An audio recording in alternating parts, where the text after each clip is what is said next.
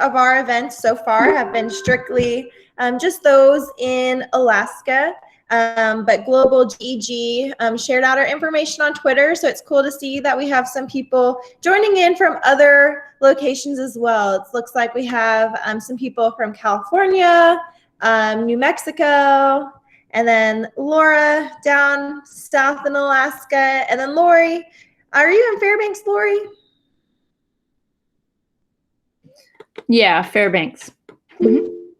Awesome. That's what I thought. So it'll be a really cool event today. Just seeing just the different perspectives from everyone. So we're going to go ahead and get started. So first of all, welcome.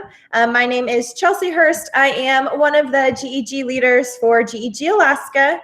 We are brand new. We just started up this summer. We will be officially launching in September. One of the crazy things about Alaska is once summer hits, a lot of people leave, or there's a lot of things to do besides receive professional development. So we just thought we wanted to offer professional development this summer, gain a little bit of traction, and then officially launch in September. So I'm going to go ahead and begin just with a few announcements. So if you haven't already signed up for our Google group, it is a place where we will be sharing resources, updates, and it's just a place where you can ask questions, communicate with other people throughout Alaska or throughout the world, whoever decides to join.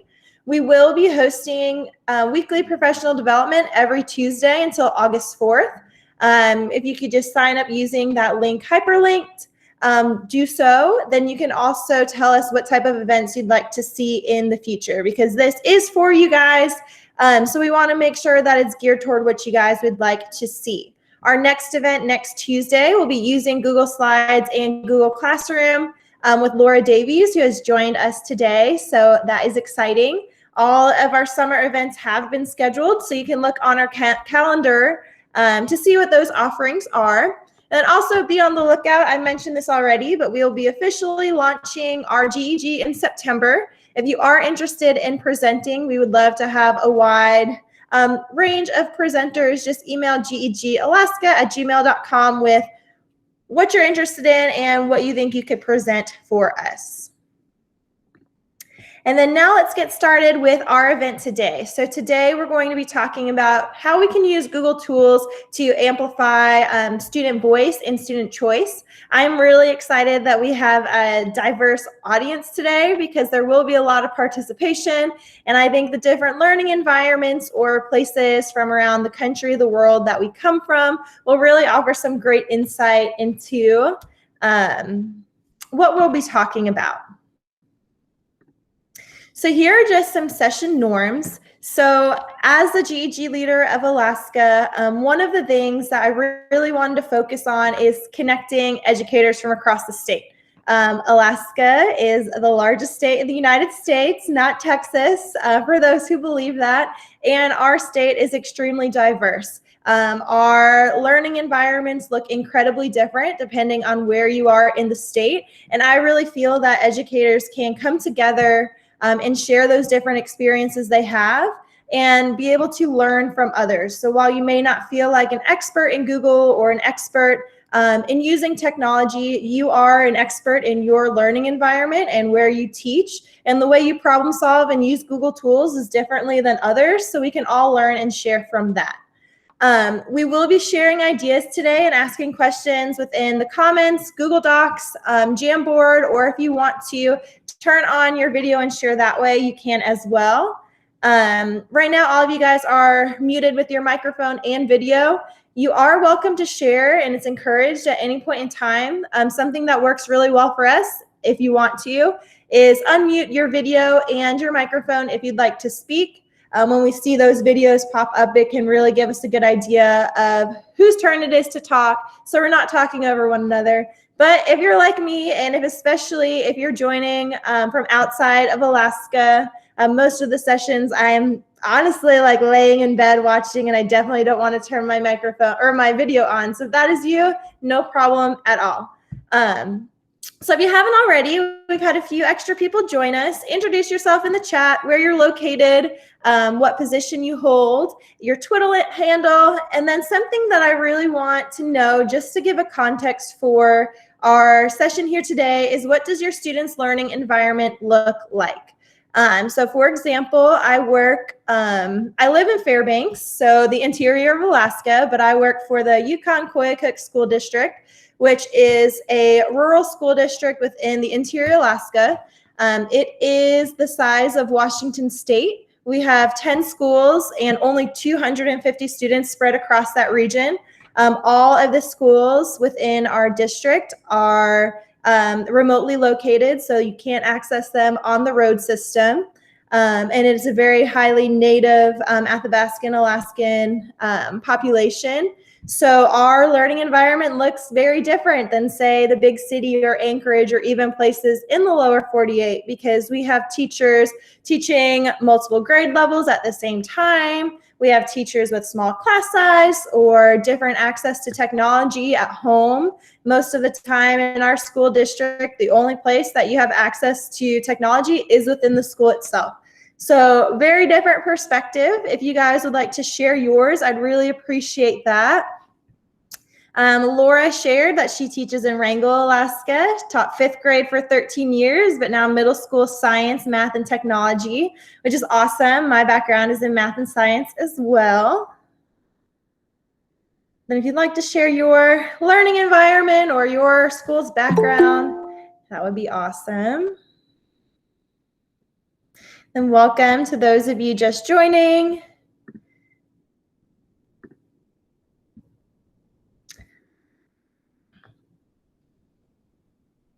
There's only been one 5th grade class for years. Middle schools is 6th through 8th grade. I feel like that is pretty typical, 6th through 8th grade for middle school. Very cool. Thank you for sharing. So we'll go ahead and, Crystal shared 7th grade math. I believe Crystal's located in New Mexico. Very awesome. We have California, people sharing their Twitter handles, which is a great place for us to connect. Thanks, guys, for sharing. So today we're choosing why student voice and choice. Why is that important? So research has shown, sorry, my dog is super excited about talking about student voice and choice. She's just barking over here in the background.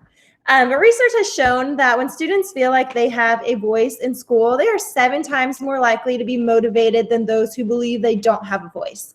And I feel like I can relate to that in the workforce, in my job as well. If I feel like my opinion matters, if what I'm saying is valuable to those that I am around, I am more likely to work harder or give my input because I know that my voice matters. So the same goes with our students. And then along with student choice, I feel like sometimes these go along very similar lines. It's allowing the student to be themselves and find a space where they fit in, where they can be their unique person in the classroom. So it gives them the opportunity to take ownership of their learning in a way that feels authentic to them. So they can choose to work on something they're good at creating or want to be better at. It is their choice. And I feel like that goes for us the same as educators as well. We are more likely to learn and grow within professional development that we choose to attend, that interests us, than those that maybe the district requires us to attend at some points in time. So it's really being able to take individual ownership over your academic experience, which is why student voice and choice are both really important things for us to talk about when dealing with our students. So right now there is a Jamboard link. Let me go ahead and share. I forgot this presentation link with you guys in the chat so you guys can open it and get to this Jamboard. So that link has been shared with you guys.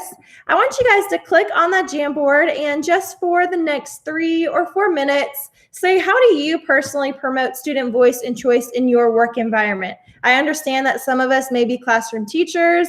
Maybe we work in a leadership role, or I think somebody said as a substitute in their school district office, or maybe you just work at home right now, whatever it may be. How do you promote student voice and choice in that environment? It doesn't have to be limited to Google tools only, but what do you do for that? And of course, there are no wrong answers to this, so please feel free to share openly. So again, I dropped that link in the chat. So you can get on our slideshow, and then if you click on that link or on that logo, the Jamboard logo, you will be able to open it. If your school district does not have Jamboard available, or I guess turned on in the admin console and it doesn't work, please feel free to share your ideas in the comments as well. So we're going to give about 3 to 4 minutes for us to share on those, and then we'll open up and look at what you guys have said.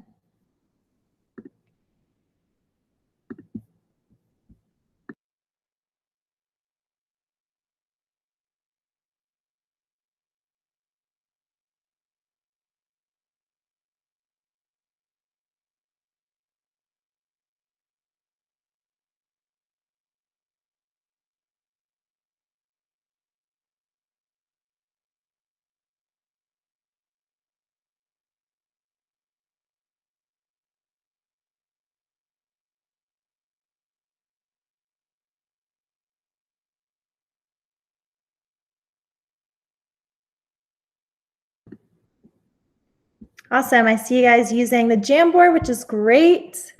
Feel free to add a sticky note if you want to add an image, whatever you think. Let's do that for the next 3 or so minutes.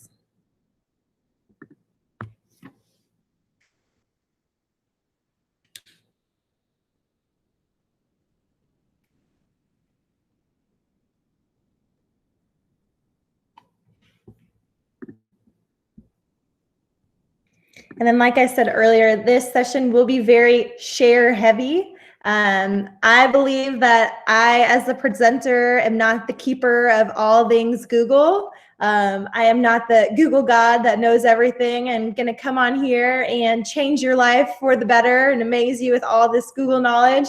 I really strongly believe that everybody brings something for everybody to share and learn from based on our own personal experiences and problem solving that we have. We can all learn from everyone. I think actually it's even greater when teachers learn from each other. So consider me your facilitator of that. About 2 more minutes on the Jamboard. And really, if you feel like it's so simple, not even worth writing down, I find 10 times out of 10, those are the most beneficial things for people to listen to or to hear. So even if you feel like it's so minute, so small, not important to list, or seems so obvious to you, it may not be obvious to someone else. So please include that.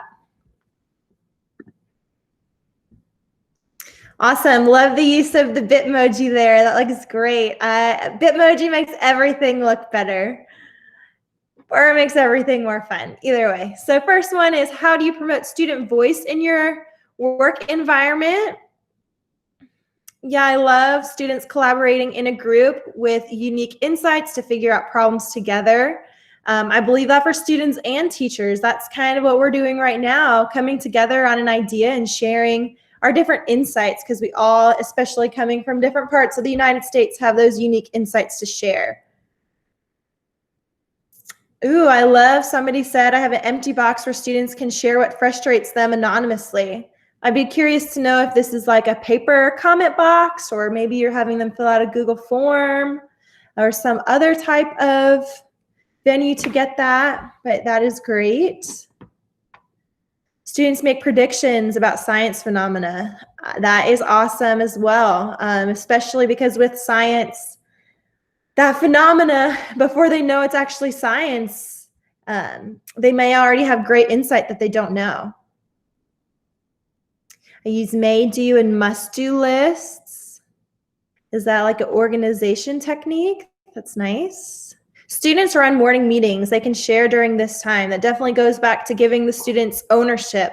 A lot of times I feel like if we give students a task or ownership over something, they run with it. They love those jobs. So that's great. I like seeing that. Students collaborate with other students around the world with Flipgrid and Skype, which amplifies their voice. Definitely agree with that. Technology has been awesome in not only connecting educators to other educators around the world, but also students to other students. I know that is huge in Alaska, especially with our very different climate and landscapes, being able to share with others, especially in Skype around the world, to view kind of what it looks like for them is very cool too. Like, for example, in Alaska, in the winter, we get no sunlight. So I remember specifically a teacher saying that they Skyped somebody in Greece and you could just see the sunlight pouring through their classroom. And here we are in Alaska, super jealous because we're taking vitamin D pills because there's only 3 hours of sunlight a day. But right now we're on almost the solstice, lots of sunlight. So we're happy now, but that's good. I like the Skype. Students write and deliver persuasive speech, topic of their choice. Big deal for them and a great learning experience to amplify their voice. Yeah, so maybe you're trying to teach persuasive writing. Maybe the topic itself doesn't matter. Giving them a choice, they'll still be able to get those techniques for persuasive writing. That's awesome. Choice boards. Very cool. Suggestions on what they'd like to see in the classroom. That is really awesome, whoever wrote that, to be able to say, again, I am your teacher, but I am not the know-all be-all, and your opinion matters for your learning. That is so important and valuable. I love that. Using a transparent plastic box and a Kleenex box to decorate it. Awesome. Thank you for clarifying. And that's also a good point. Keeping it simple, because sometimes simple is best. Lots of great ideas here, guys. Allowing them to share their opinions in class, writing their improvement or opinions for improvement and suggestions, what they want in class. And I think that's so important as well, because I feel like a lot of time in society, it's if you have an opinion, if it's not the same as somebody else, we automatically can't be friends or we're not going to talk to each other. So giving students value to their opinion and teaching them different ways to handle when people have different opinions, and how to handle that responsibly, that's really powerful. I'm just going to check to see if we have anything else on any other slides. Nope, but that's awesome. You guys did a really great job with that. That's lots of really great ideas there. Very cool. So giving them their voice, giving them a choice in your classroom is so important. All right. So now it's going to be time to tie in the tools. So now I really want us to look at is how can we use Google Tools to promote student voice and choice? And some of these answers for voice and choice may be one and the same. So if that is the case, don't get hung up under which category it belongs under. Just feel free to share as well. So in here, we're going to spend a little bit more time doing this in this document. But I have some of the Google tools here, just the image of them. So you have docs, slides.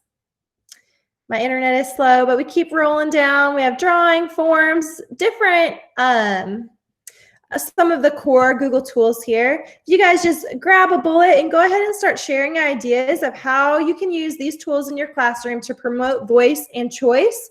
That'd be awesome. So we will give you guys a little bit more time to do this. Let's say for the next 5 to 6 minutes or so, we are hopping on to this Google Doc and sharing some of our ideas. And again, you can click on that in the presentation, or here is a direct link to the doc in the chat. And remember, not any idea is too big or too small just because it seems simple to you. If you take off those rose-colored glasses, it may be a really important piece of information for someone else to hear. So feel free to share whatever comes to your mind.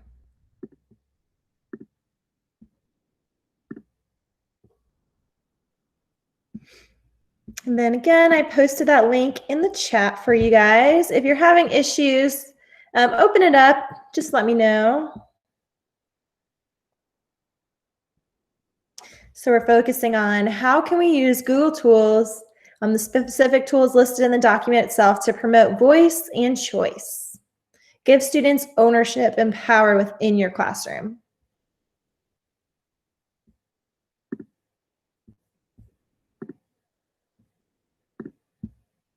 Awesome. I see that you guys are able to get on.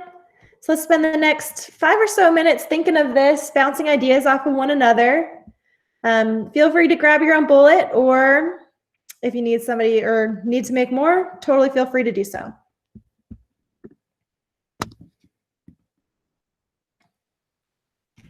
This is a really great opportunity to let your creativity shine and really share what you do in your classroom that really helps your students that the rest of us can benefit from.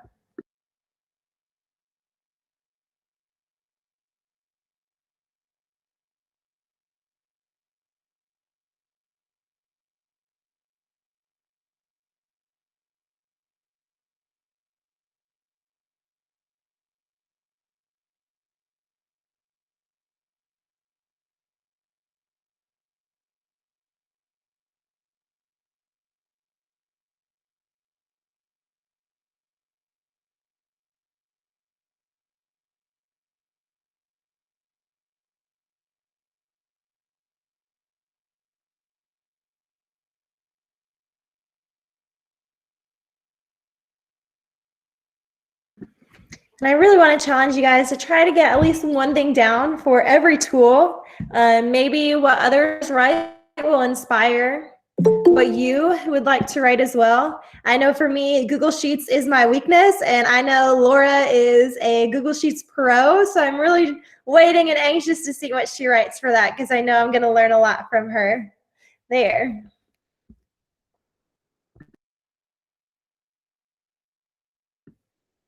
And welcome, Tammy. We're sharing in a Google Doc with one another, just ways that we use Google tools to promote student voice and choice. I dropped that doc in the comments for you so you can hop on.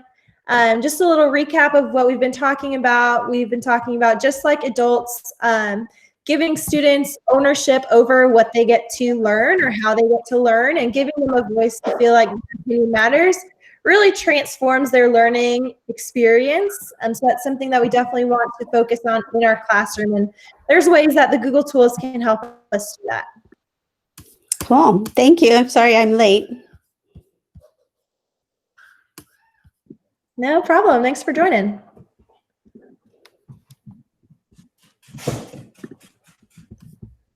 So I'm going to go ahead and click through this document and see some of the things that you guys have been writing already. Let's see. Oh, so it looks like some people haven't used Google Drawing yet. So if you use Google Drawing and have something that you can put in for that, feel free to go in and do that. Google Drawing is definitely one of the lesser used tools in Google, especially compared to your core like slides and docs. Yeah, so some people in here are saying with Google Docs, there's tons of things that you can do to amplify student voice, from editing peers' paper, allows for collaboration and every voice to be heard. I love seeing students collaborate on Google Docs or Google Slides, and especially giving them a chance to work out how are they going to work on the same doc or slides together, because it's not perfect at first. It's a little messy and they have to work out some kinks of how they're going to work that. But it's really cool to see them grow and learn through that process. Yeah, I love that. Like how somebody said it could be like a jigsaw where people are working on different parts of an article or a project and then share their ideas with one another. Kind of take the individual pieces and make a whole. Student choice, they can choose who edits. That is so important. Yes, they do have the ability to share and choose who can see their information on their docs.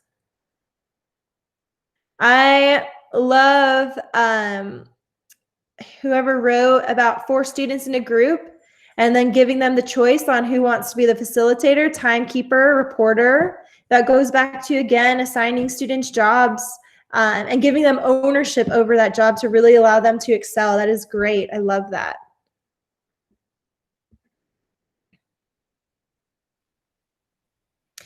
Google Slides are great for allowing students to choose what they want to work on by having their choices linked to different slides. That is definitely awesome. So Tammy, if you scroll down a little bit farther, I think we're on slide number, the one that says time to tie in the tools. Click here to share. They can again work on a presentation together. Yeah, anonymous blobfish. I definitely think that is the easiest way to implement voice within slides, is to allow them to work on that collaborative slides together. One of the most powerful parts of Google is just the ability for us, teachers, individuals, or even students to collaborate together. And hopefully not fight over the background color in the slide text. Google Forms allows you to have surveys to gather information on what students want or prefer, which is awesome, and the data that comes from that is great. Good for choice boards. And when they pick certain things, it sends them to different sections to work on. That is really interesting. If whoever wrote that wouldn't mind elaborating, maybe turning on their mic and sharing their choice board in Google Forms. And that is definitely so creative and really unique. I'd love to hear more about that. And if you want to elaborate just on the slide or on this document or in the comments, or if you want to turn on your mic and explain to us, that would be so awesome.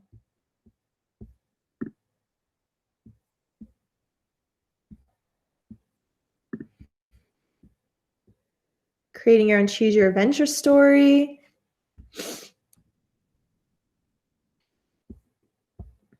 Yeah, and down here on the sheets, you could allow students to choose which sheets they work on, or I really love allowing them to make a rubric and grading their classmates' work based on the competencies.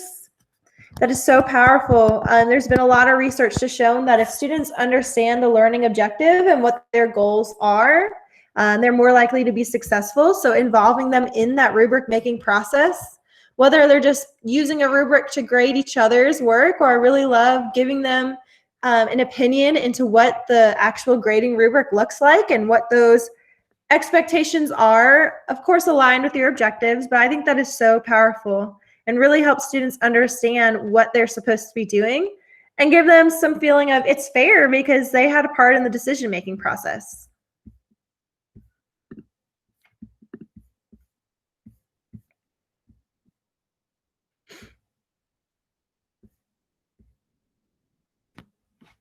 Yeah, back to slides. I love how somebody wrote it gives confidence for oral presentations as a background and notes, especially if you use that presenter view and you can have your little notes screen on there as well as you're presenting.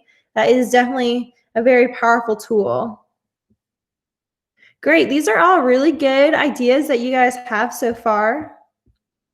I really appreciate you guys coming in and sharing.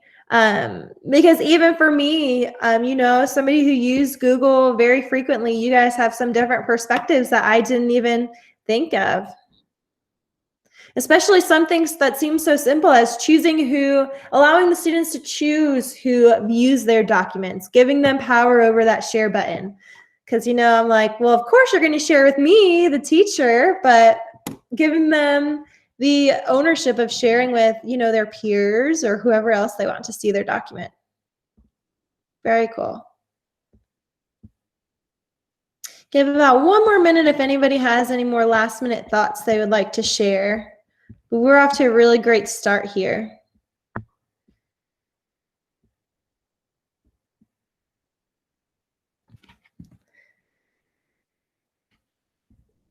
No pressure on the anonymous leopard, but I'm waiting to read your comments. So it looks good so far. When you provide a template, students can choose how and with what info they complete the slide. Yeah, sometimes if you just say, here you go, blank canvas, you have 100% choice on what you do. It could be overwhelming to students. So providing a template that maybe has choice within it or gives them just guidelines of what they should be doing to kind of keep them on the right track is a great idea. Awesome. I love these ideas, guys. Thank you so much for sharing. Ooh, somebody's writing on Google Drawings. Love that as well.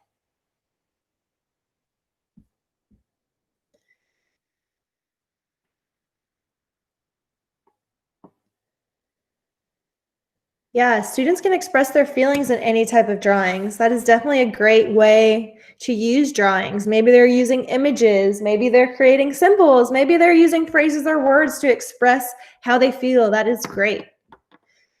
All right, thanks guys for sharing. We're gonna go back to the presentation. So I really wanted to focus on allowing us to share the majority of the time, but I also wanted to leave you guys with some concrete, okay, this is a way that one thing that you could use for choice and voice with these different tools. So we're gonna move into that portion now. So starting with Google Docs. So you guys listed some really great ideas, and some of these are already very similar to what you have said. But just to kind of give you something tangible to leave with for each different tool that we talked about. So for student voice, Google Docs, collaborative writing. So some of you guys have said that. So use the share settings or comments to provide peer or teacher feedback. Or students can even use the Explore tool within Google Docs to research their writing from straight within the Google Doc itself, or even upload pictures or images. I shared this little picture.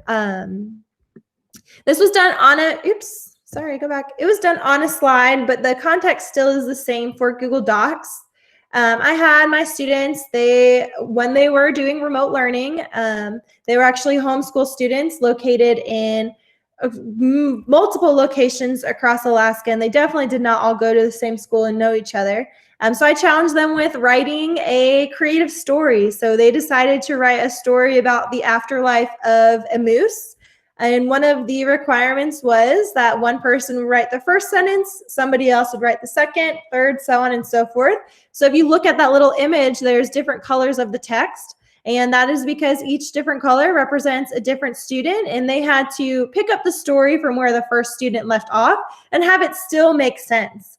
So that was really interesting to see them, how they twisted and turned the story, because maybe one sentence didn't go in the direction that they wanted it to. So they spent the next sentence trying to get back to where they wanted the plot to go.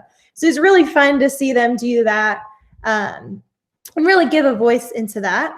So student choice, something really popular with student choice, and this is hyperlinked. So if you would like to go back and read this blog post later, it's about hyperdocs. So it could be done in slides. Somebody said also how they do this in forms, where maybe you're giving them a digital choice board and you're creating a table and you have links to different things hyperdoced within your document for students to do work that way.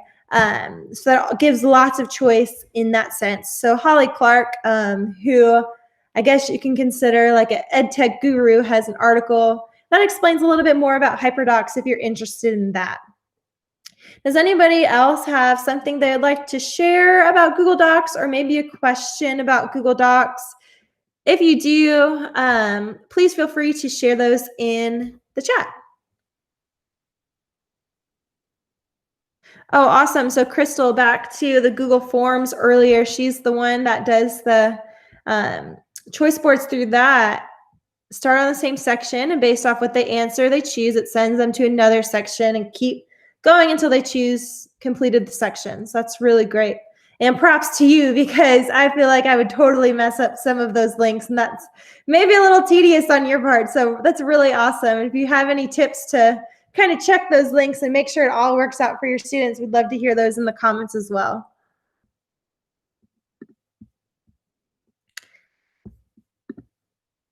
Any tips for math with Google Docs, or just in general? If anybody has any tips for math, that would be great to share. For docs, tips for math for docs. I've been learning from a colleague who loves the Google Forms. Yeah, that is the best, being able to learn from colleagues. Especially people love to share their passions, and that's a great way for us to learn from it.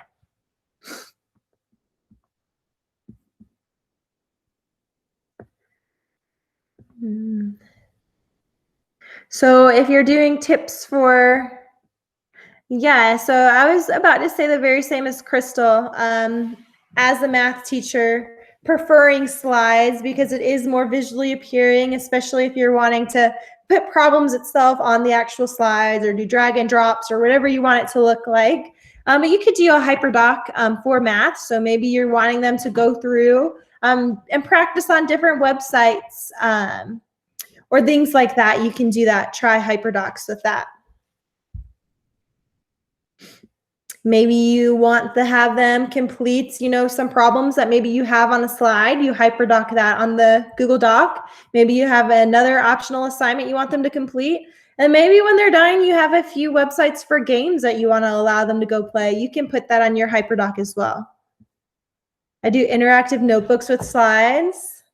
That's awesome. I think that might be one of my examples for slides. So let's go ahead and move into slides.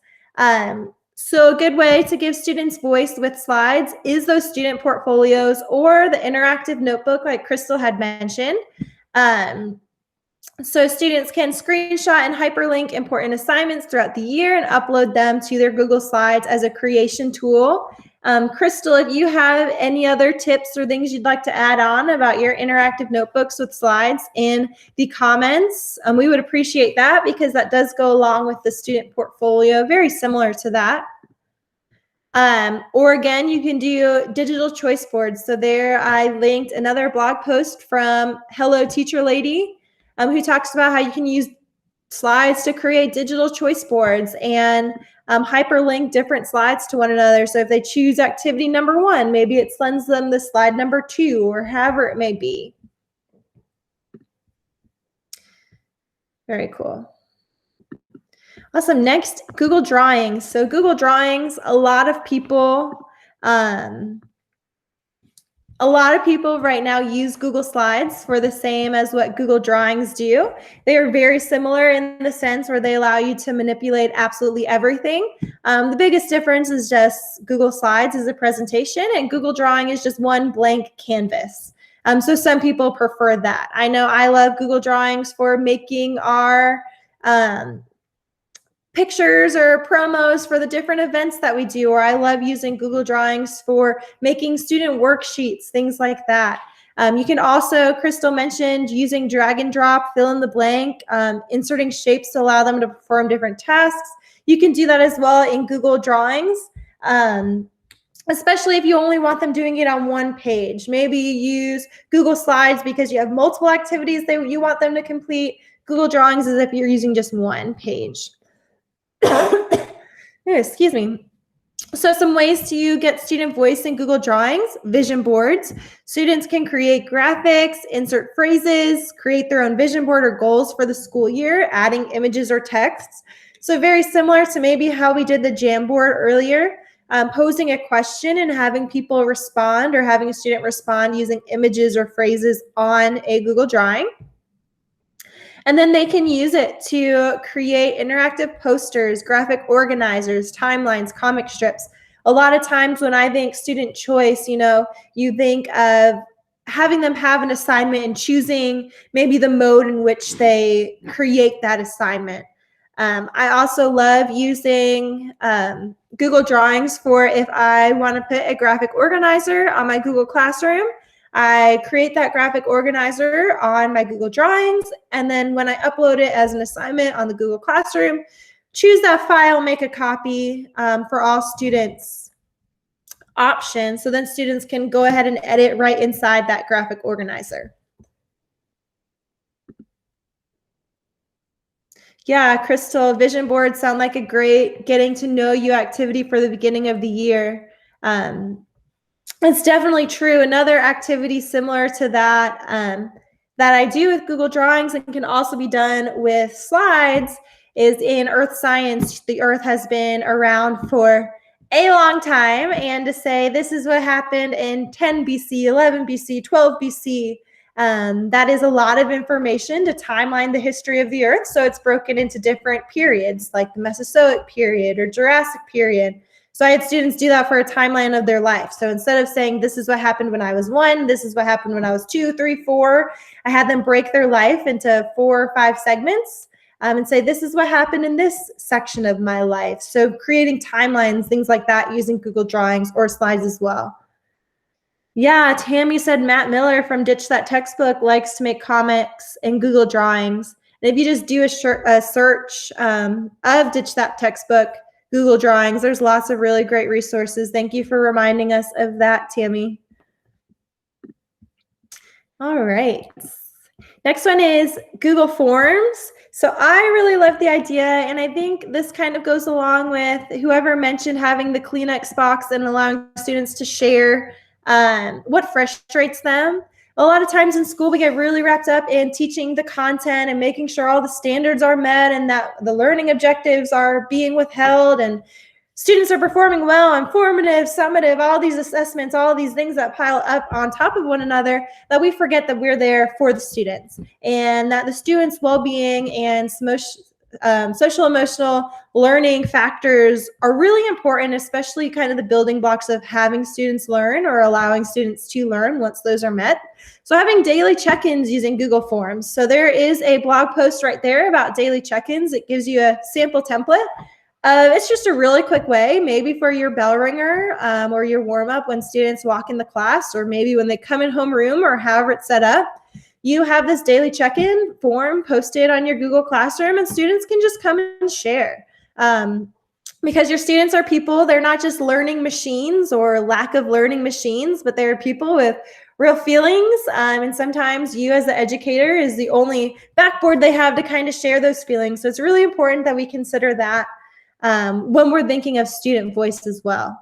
And then forms can be used for a lot of things about student choice, creating reading or exercise logs, choose your own adventure stories, digital escape rooms.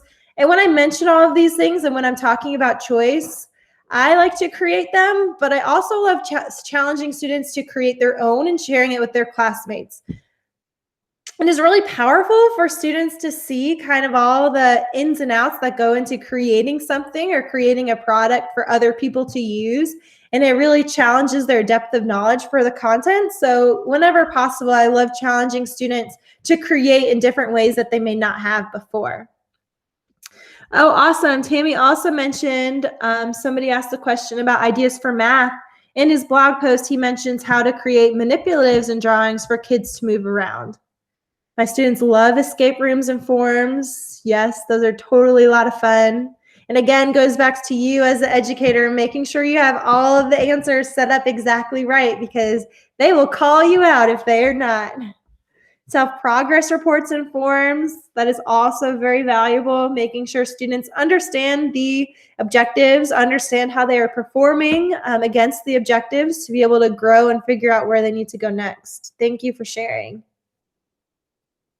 They absolutely call me out if the answers aren't right, and I encourage it. And you know what? That is what technology is all about, or even learning is all about. No one's perfect. Nobody is going to get it right on the first time. But if we are able to own up to it and say, hey, this wasn't right, or hey, this wasn't working, but thank you for sharing, for making me better so I can fix it. That's really valuable if teachers are modeling that for students to kind of do the same. Allows for continuous growth, that growth mindset, instead of just being fixed and stuck on, oh, you just typed it in wrong. For sure. Thank you for sharing. All right. And the last one is Google Sheets. So again, we mentioned this and talked about this earlier, but creating rubrics with students, allowing students to have a say in the expectations. So of course, when you're creating rubrics, there's going to be certain things that whether the students like it or not, they have to do, because you have maybe mandates from your school or your district or the state, whatever it may be. But students definitely can have an input on what that rubric says or what the expectations are. And when you get their opinion on that and really model your rubrics to reflect their opinion and the expectations, it makes students feel like they've been heard and that it's fair for them to work towards. And then Google Sheets, you can integrate it with Google Forms to collect and analyze data. Like for example, for me, I use Google Forms as the sign up for GEG events. But do I analyze that data on Google Forms? No, because it would take me forever. I quickly download that Google Sheets and sort it so I can see who signed up for each event and go from there and look at only that data. So teaching students how to use Sheets to analyze their own data as well is really powerful. I know Laura, if she's still on there, she is like the Google Sheets guru. And I think one of our next sessions, a lot of our next sections focus on Google Sheets, which I know I am excited to attend because that is definitely my Google weakness for sure. Crystal says she used forms for exit tickets and used the data to help see what the students are struggling with. Yeah, that's a really great way to get quick data on how students are performing. And it's really user-friendly for students to use. Self-progress reports, and yep, talked about that. Very cool. All right. So if you have any questions, feel free to share. We are coming here at the end. So if there are no questions about how to use some of these Google tools for student voice and choice, we are going to move on to some announcements. And this is hopefully just to get you guys thinking. Maybe there is one different thing that you learned about some of these Google tools that you can implement. Remember, with the tools, you just don't want to use sheets and use all of these tools just to say that you're using the tools, but you really want to focus on what is your learning goal? What are you trying to accomplish? And how can these Google tools be used to help you reach that goal? So making sure you're focusing on the instruction before you choose your tools. Laura's multitasking, cooking and listening. So I know I do the same thing. All right, we're going to move on to our announcements. So we've talked about those before, but those who maybe missed the beginning of the meeting, feel free to sign up for our Google group if you haven't already. It's a great place to drop tips, ask questions, look forward to upcoming PD sessions that we're offering. Just a really great way to connect with other educators across the state. Say you're making a Google Doc and something weird happened and you don't know why it's not working. You can quickly ask a question to the group and have that answered by other educators, which is awesome. Just another reminder that we have PD every Tuesday until August 4th. Laura is hosting our next one about using Google Slides and Google Classroom effectively during remote learning, which is a situation that probably most all of us will still be in to some extent in the fall. You can check out our calendar on the website for future events. They will all be hosted at the same time and day up until August. Then our model of presentations will change a little. And then we'd love your feedback. So if you click on that hyperlink in the slides, and I will share this slide link again in case you have lost it. Just a quick form for feedback, just because we want to continue to grow and serve educators as a group. And in order to do that, we need insight and feedback from educators who attend our events. So if you wouldn't mind filling out that survey about the session, we would appreciate it. And then lastly, in this presentation, our website is hyperlinked, our Google group is hyperlinked, as well as our Twitter. And if you have any questions or anything, feel free to ask them in the comments, or just talk to each other in the comments, or otherwise. Thank you so much for attending. You are free to go whenever you would like, or free to kind of hang out and chat if you would like to do so as well. Thanks, guys. Yeah, and special shout out to all of those outside of Alaska who joined us today. That was definitely really cool to see other educators from the lower 48 come in and share their opinions.